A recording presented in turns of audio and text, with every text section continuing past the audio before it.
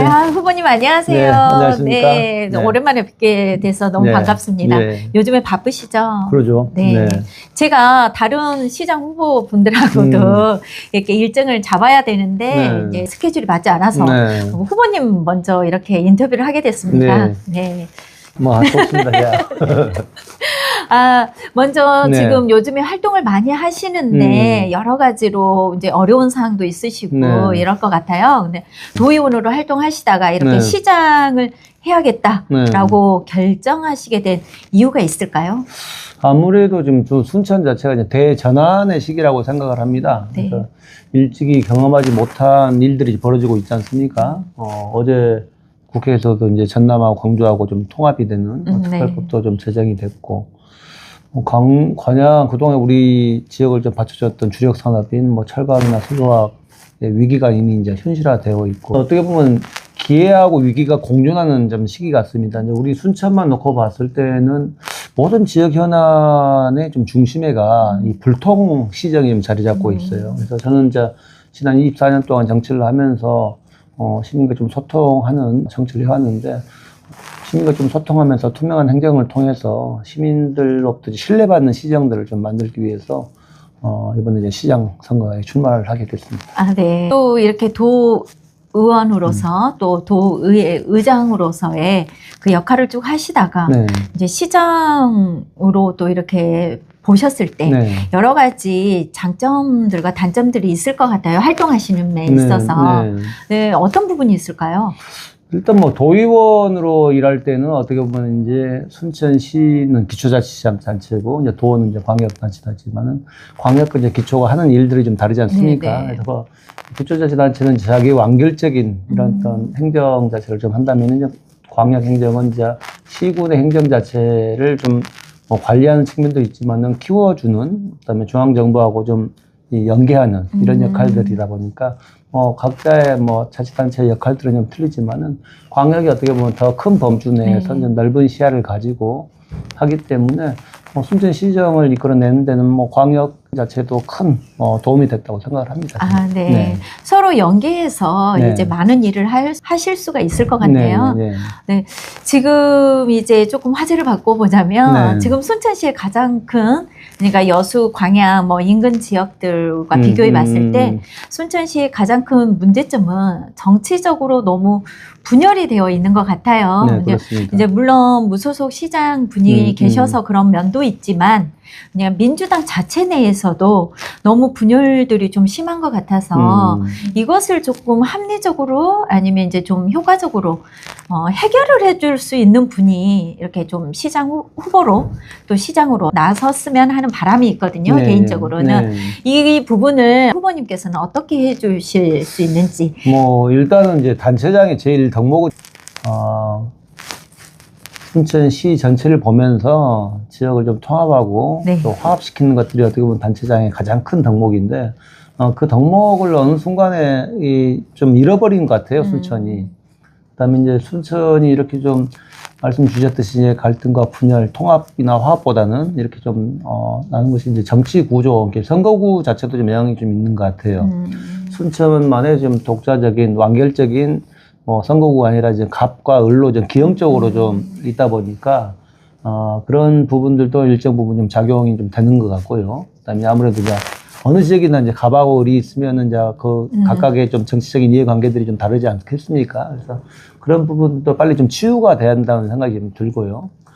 중요한 것은 지도자들이 일상적으로 이해관계인들, 그다음에 시민들과 함께 일상적으로 좀 소통하는, 그다음에 경청하는 이런 자세가 좀 1번이라고 생각을 합니다. 그래서 그러지 않고 이미 결정된 정책을 가지고 집행하기 급급하다 보면은 이게 항상 갈등과 분열이 좀 생기는 거 아니겠습니까? 이제 순천시에서 지금 쓰레기 소각장부터 시작해서 그린웨이 곳곳에서 부딪히는 문제들 자체가 결국에는 소통의 문제고, 그다음에 정책이라는 것이 결국에는 시민들의 의견들을 수렴하는 이 과정들 자체가 얼만큼 원활하게 되느냐에 따라서 정책 결정의 신뢰도들이 높아지는 건데, 그런 의견 수렴 없이 그냥 정책을 딱 결정해놓고 이것을 좀 집행하기 급급하다 보니까 항상 저항이나 갈등이나 분열이 좀 생기는 거라고 생각을 합니다. 그래서 기본적으로 시스템 자체를 바꿔야죠.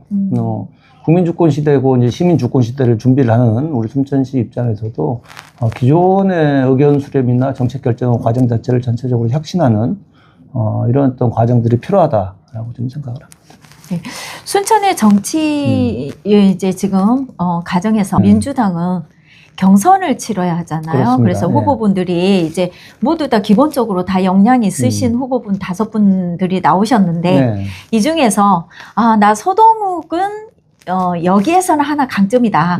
다른 분들보다 이렇게 할 수 있는 게 뭐가 있을까요? 저 장점 많죠. 많은데 한 가지를 좀 말씀드리면 일단은 저는 2002년도에 이제 32살 나이에 순천 시의원부터 시작해서 국회 보좌관도 17대, 18대 산임을 했고, 그 다음에 도의원도 4선에 도의장까지 했습니다. 그래서 어떻게 보면 24년 동안에 시정이나 도정이나 국정을 경험한 유일한 사람입니다. 그래서 경험이라는 것이 왜 중요하냐면은 지금 이재명 대통령께서 워낙 대한민국을 잘 끌어 나가고 계시지 않습니까? 그 바탕에는 성남시장이나 경기도지사 경험이 좀 중요했다고 생각합니다. 그래서 이 경험이라는 것이 사람들하고 관계들이나 집단하고 관계 속에서는 소통이나 경청의 장점을 보여줄 거고, 그 다음에 어려운 문제들이 부딪히면 탁월한 문제 해결 능력을 그 경험 속에서 좀 나온다고 생각을 하면서 다른 분들보다는 제가 경험적인 측면에서는 앞선다고 생각합니다. 네. 제가 이제 경험을 말씀하셔서 하는데, 이제 순천 시민분들, 다른 분들과의 얘기를 하다 보면, 서동욱 전 의장님의 가장 큰 리스크 중에 하나가, 리스크가 많은 건 아니에요. 그냥 두 개 중에 하나가 정치 신인 같은 느낌을 받는다. 그리고 얼굴이 별로 알려지지 않았다. 이제 그렇기 때문에 리스크가 없는 것으로 보인다. 이렇게들 말씀을 하셔요. 이런 말씀 많이 들어보셨죠?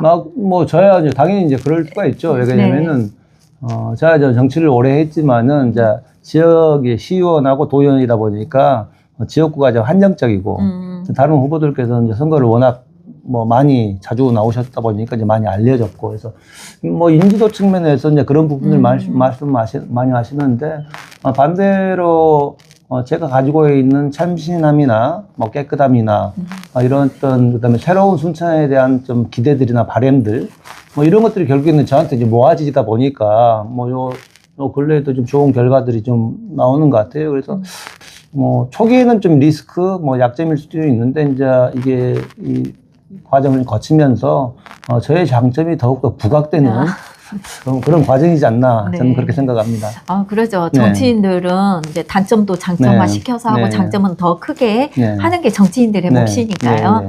그래서 지금 후보님께 가장 1순위로 이렇게 먼저 내세우는 1호 공약은 혹시 뭐가 있을까요? 일단은 제가 우리 지역 순천의 문제를 좀 지난번 기자회견 때도 말씀드렸지만 단절이라고 말씀을 드렸지 않습니까? 그래서 이제 우리 집권 여당인 더불어민주당과의 단절, 그다음에 시민 주권 시대와의 단절, 이런 어떤 이 단절의 문제를 말씀을 드렸는데 결국에는 이것은 시민 주권 시대에 걸맞는 시스템들을 좀 바꿔나가는 이런 과정들을 좀 겪어야 된다라고 생각을 합니다. 그래서 모든 의견 수렴과 정책 결정 과정에서 시민의 의견들이 온전하게 반영되는 시스템들로 좀 바꿔야죠. 그래서 제가 이제 여러 가지 시민 소통위원회나 24시간 시민들 콜센터나 그다음에 경청 토론회나 여러 가지 시민들의 의견들이 시장에 온전히 반영될 수 있는 여러 좀 제도적인 장치들을 좀 고민을 좀 하고 있고요. 그래서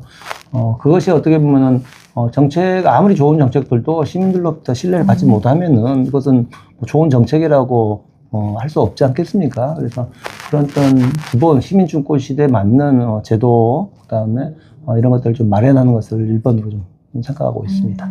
그래요. 제가 한번 여쭤봤었는데 민주당 경선을 치르고 나서 순천에서 계속 무소속 시장이 당선된다거나 이러한 또 이면에는 민주당 경선이 원활하게 되지 않아서 민주당 경선이 또 늦게 되면서 밑에 지지층들끼리의 그 분란 그래서 결국은 어쨌든 한 분만 되는 건데 이 한 분이 되는 과정에서 지금 같으면 나머지 네 분의 지지자들이 민주당으로 뭉치지 못한 원인도 큰 것 같아요. 그렇습니다. 이런 부분들에 대해서도 이제 심사숙고를 하고 이렇게 지금 깊이 생각을 하실 것 같은데 후보님께서는 만약에 경선에서 내가 올라간다라고 하면 이 다른 이제 그 민주당 분열이 생기지 않고 단합할 수 있는 방법 혹시 어떤 걸로 하시고 계세요? 영업 비밀이면 안 하셔도 돼요. 아니고요. 왜냐하면 이게 선거라는 것이 뭐 치열하게 경쟁하지만은 결과에는 승복하는 것이 어떻게 보면은 민주주의자의 기본 중에 기본 아니겠습니까? 네네. 그래서 저는 어떤 자리에서도 그런 말씀들을 드리고 뭐 지난주 뭐 기자회견 때도 기자님들 질문에 그런 질문이 있어서 그런 말씀을 드렸습니다. 그래서 저도 당에서 공천장을 5번이나 받은 사람이고 당의 특별한 은혜를 많이 받은 사람이고 그다음에 당인이라면은 어떻게 보면은 당의 명령 자체는 순명하는 것이 당인의 도리죠. 그래서 그동안 순천이 그런 과정들을 겪지 못하다 보니까 경선 후유증이나 또 경선 후유증이 생기는 것이 어떻게 보면 경선 과정이나 관리 자체가 좀 부실하든지 시민이나 당원들의 눈높이에 맞지 않는 이런 측면들이 있었던 것은 사실이거든요.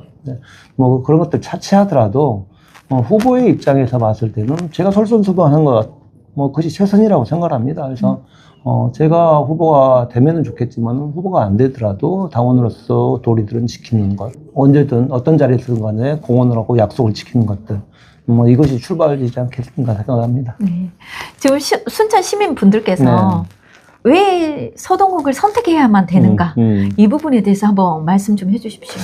저는 그렇다고 생각합니다. 뭐 다른 후보들하고 뭐 차별성들을 두는 것보다는 지금 현재 우리 순천은 무소속 시장이 아주 강세지 않겠습니까? 여론조사도 그렇고 무소속 시장과 경쟁력을 갖추기 위해서는 뭐 리스크나 그다음에 여러 가지 이 약점들이 좀 없는, 그다음에 흠결이 없는 시민들이나 당원들이 봤을 때 좀 우리 후보가 좀 자랑스러운 떳떳한 드러내낼 수 있는 그런 어떤 후보가 선정이 돼야지만이 경쟁력이 생긴다고 생각을 합니다. 그래서 제가 무소속 후보하고 이길 수 있는 어떻게 보면 우리 당의 유일한 필승 카드지 않나 이런 생각들을 가졌고 뭐 여론조사 통계에서도 그런 것들이 입증이 됐다고 생각을 합니다. 그래서 우리 시민들과 당원들께서 저 서동욱을 좀 선택해 준다는 것은 본선 경쟁력이 가장 강력한 후보.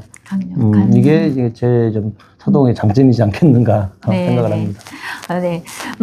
이제 저도 이렇게 여러 시민분들의 말씀을 들어보면 여러 이제 각자 모든 후보들의 장점이 있고 하는데 이제 말씀하셨듯이 본선에서의 경쟁력이 가장 우월하다 이렇게 말씀을 하셨는데 지금 현재 이제 다른 어떤 타 후보들께서도 이제 무소속은 중앙정부와의 일을 못한다, 연결하기가 어렵다, 이런 말씀을 하셨어요. 근데 이제 이 점에서 이제 뭐 어디 모 방송에서 나왔기 때문에 제가 이제 말씀을 드리는 건데, 여쭤보는 건데, 지금 현재 무소속 노광규 후보를 조국혁신당에서 영입하지 않느냐, 이제 이런 이야기가 있었어요.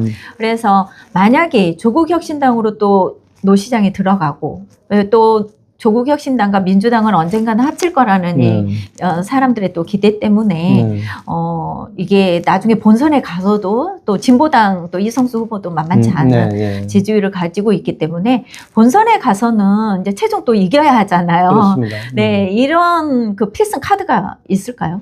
일단은 뭐 저희들이 이제 당 지지도뿐만 아니라 대통령 지지도도 좀 높은 편이고 역대 뭐 대선을 이긴 대선에서 우리가 지방선거를 좀 진 경우는 좀 드뭅니다. 순천은 물론 좀 특수한 뭐 케이스지만은 일단은 우리 내부에서 얼마큼 단결하고 단합하느냐가 좀 1번이라고 생각을 합니다. 그래서 지난 선거 그다음에 뭐 계속 뭐 지난 15년 우리 순천의 뭐 지방선거나 총선이나 결과를 보면은 우리 민주당의 흑역사죠. 어떻게 보면은. 네. 그 이면에는 이 공천이 시민들이나 당원들의 봤을 때 합리적이지 않게 좀 진행되는 흐름들이 좀 있었습니다. 그래서 이번 경선이나 공천 과정 자체가 시민들이나 당원들이 봤을 때 좀 그래도 좀 잘 했네 라는 좀 판단이 든다면은 저희들 뭐 본선은 그렇게 큰 문제는 없을 거라고 좀 보여지고요. 그다음에 당원들 스스로도 이제 하나된 민주당 그리고 이재명 정부 성공을 위해서 순천에서 뭔가 좀 이전과 다른 만들어야 된다 이런 어떤 각오들은 어느 정도 좀 서 있기 때문에 경선 과정을 잘 관리를 하고 그다음에 시민들이나 당원들 속에서 큰 잡음 없이 치러진다면은 저는 좀 본선은 그렇게 큰 어려움은 없다라고 생각합니다. 네. 서동욱 지금 후보님께서 네. 요즘에 가장 최근에 네. 좀 중점적으로 하고 계시는 일이 어떤 게 있을까요? 가장 작년 하반기부터 지금까지 제일 관심 있게 집중했던 일들은 이제 신대지구 네. 개발이 환수 문제를 제일 집중해서 했죠. 그래서 제가 작년 7월 달부터 시작해서 7월 달, 9월 달 도정 질문, 상임위, 그다음에 5분 발언, 해서 제가 할 수 있는 모든 의정 활동의 좀 대부분을 신대지구 개발이 환수에 좀 집중을 했습니다. 그래서 우리 도의회에서도 신대 산업지구 개발이 환수 특별위원회를 좀 구성을 해서 제가 위원장으로 3개월째 좀 활동을 하고 있고, 지난주에는 또 저희들이 나름의 결과물들을 가지고 기자회견도 좀 했습니다. 이 문제가 왜 중요하냐면 지금 시민들이 신대지구는 아파트 입주한 지가 이제 10년이 넘어가지고 다 끝난 줄 알았는데 이 부분 준공만 됐지 이 준공 자체가 안 돼 있는 사업장이거든요. 그래서 준공 시즌이 되면은 민간 사업자가 우리는 이 신대지구에서 얼마를 벌었다 해서 개발 이익에 대한 좀 정산을 하면은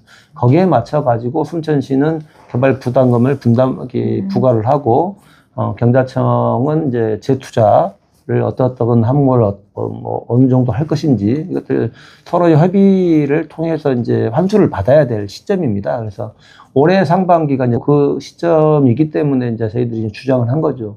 제가 좀 주장을 안 했으면은 20년 동안 좀 조용히 또 이렇게 묻혀가지고 갈 수도 있는 사안이었거든요. 그래서 이게 제가 관심을 가졌던 것도 이재명 대통령의 그 사례를 보고 제가 좀 착안을 한 겁니다. 그래서 지난 대선 과정 속에서 주로 이 공격이 대장동, 그 다음에 하는데 제가 좀 그 관심 있게 좀 보니까 이게 대한민국 최초의 공공개발 이익을 환수하는 모범 사례예요. 그동안에 쭉 부정적인 것들을 이야기를 했지만 실질적으로 거의 그런 것들은 다 이제 투명하게 정리가 되고 있고 남는 것은 이재명 대통령께서 성남시장 시절에 공공개발 환수를 통해서 5,500억을 성남 시민들한테 좀 돌려줬던 이 좋은 사례들을 보고 아니 성남에 대장동이 있으면 순천에도 신대지구 비슷한 게 있는데 어떤 거 한번 들다보자 하고 시작한 거거든요. 대장동보다 순천 신대지구는 면적은 2배 가까이 1.5배, 2배 가까이 좀 크고 그 다음에 신대지구가 그렇죠. 네. 계획 인구도 대장동보다 2배 가까이 좀 많은 넓은 사업장이고 넓고 많은 사업장이고 그리고 12,000세대 같은 아파트가 동일한 한 회사 브랜드를 가지고 있는 이 회사가 완판이 됐지 않습니까? 네.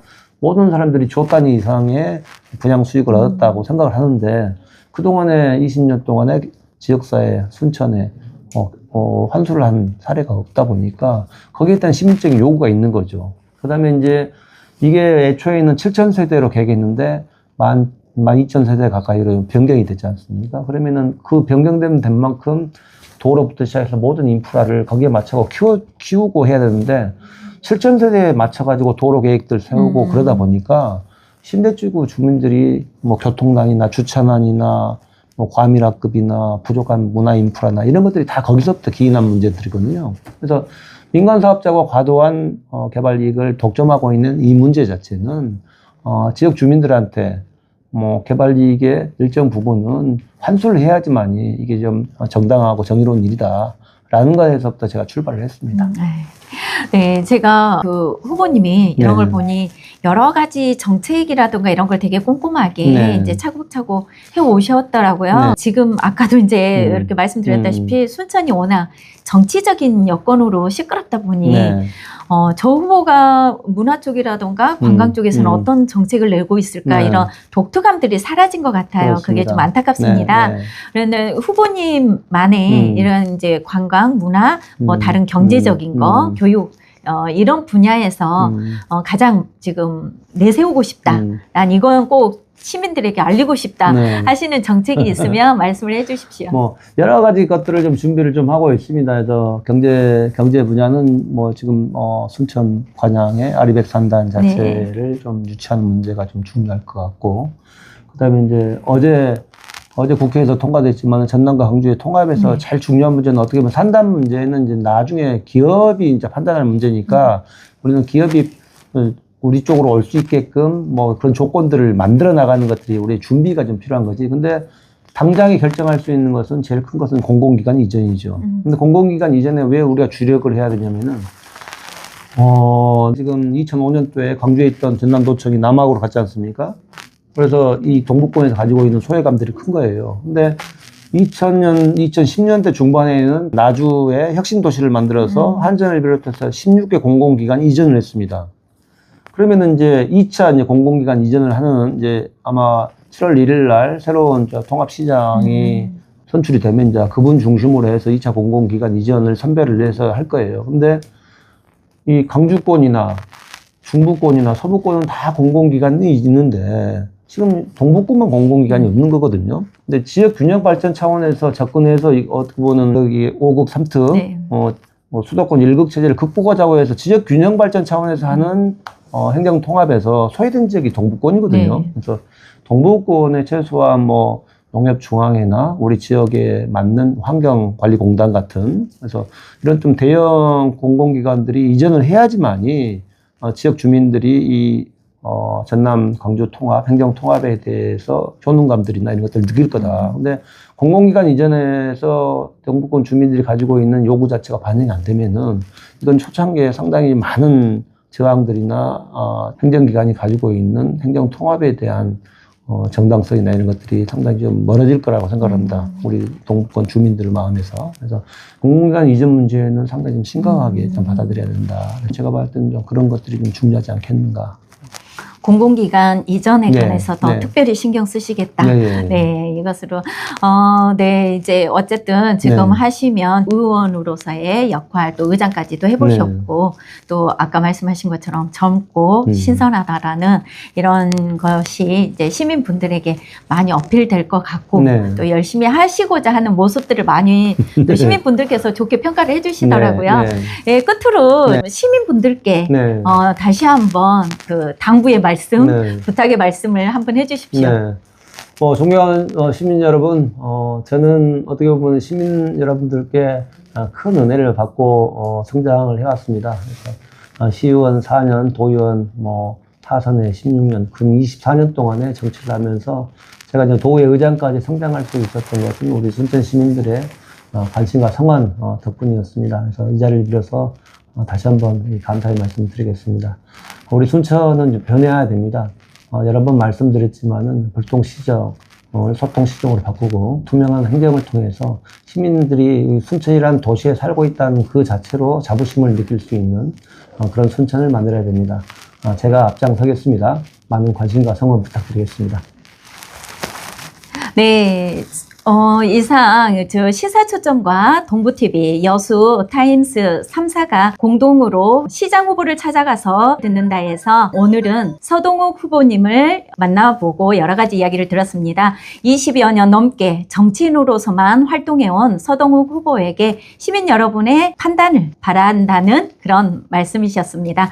네, 후보님 바쁘신데 또 이렇게 인터뷰에 또 선뜻 응해주시고 너무 감사합니다. 네, 고맙습니다. 네.